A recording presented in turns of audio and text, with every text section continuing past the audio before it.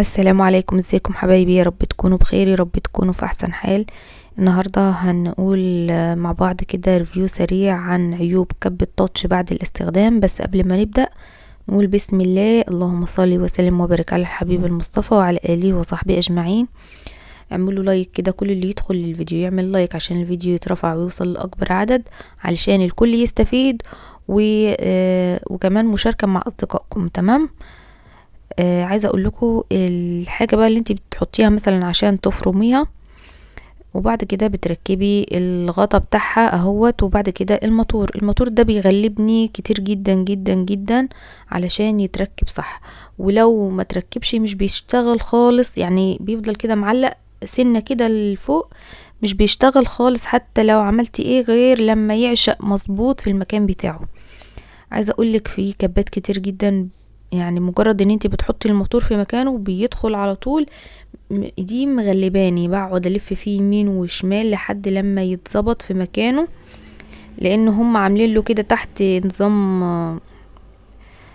عاشق كده ومعشوق، لازم الموتور يبقى مظبوط في المكان بتاعه. تمام. ده اكتر عيب بصراحة مزهقني من الكب. انا في الاول قلت يمكن عشان انا لسه جايباها فمش عارفة لسه تركيبها صح، يمكن مع الاستخدام تتظبط كده، لكن كل مرة يعني باجي استخدمها نفس العيب بيواجهني كل مرة. فانا حبيت انزل لكم الفيديو ده علشان يبقى ضميري مستريح، وكمان الكل يستفيد وتعرفوا العيوب بتاعتها بأمانة. تاني حاجة برضو، لو انتي بتفرمي فيها كفتة رز او طعمية، انا جايبة اللي هي اكبر ساعة اللي هي 2 لتر. الدرق ده 2 لتر، وكمان اغلى من الصغيرة. تمام. في كبة منها بس صغيرة، دي اغلى منها علشان كبيرة، سعة اللتر بتاعها كبير. عايزة اقول لكم بقى ما بعرفش املى خالص الدرق ده. لو انا بعمل طعمية او بعمل كفتة رز ما تقدريش تمليه، لازم كده تحطي شوية بشوية صغيرين على قد مثلا ربع الدرق من تحت، عقبال ما يتفرموا كويس. بعد كده بتفضيه وتحطي غيرهم. تمام. يعني بتستخدمي جزء بجزء من المكونات اللي انتي بتفرميها، ما تقدريش خالص تملي الدرق.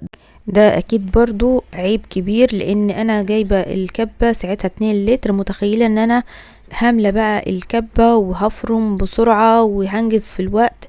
في الاخر بلاقي نفسي ان انا مثلا الحاجة اللي هي كانت الكبة تاخدها مرة واحدة بفرمها على 3 مرات. عايز اقول لكم يعني مش الدرق مش بياخد في الفرم الكويس غير يدوبك ربعه كده من تحت او تلته بالكتير خالص عشان يفرم لك المكونات كويس. لو ملاتيه مش بيتفرم المكونات كويس خالص، بضطر ان انا افضيها واقلل المكونات علشان تتفرم كويس. تمام. دول العيبين اللي واجهوني في الكبة بأمانة، يعني علشان ابقى صادقة معاكم في كل كلمة انا بقولها. اتمنى ان الفيديو يكون عجبكم، وما تنسوش لايك عشان الفيديو يوصل لاكبر عدد. مع السلامة.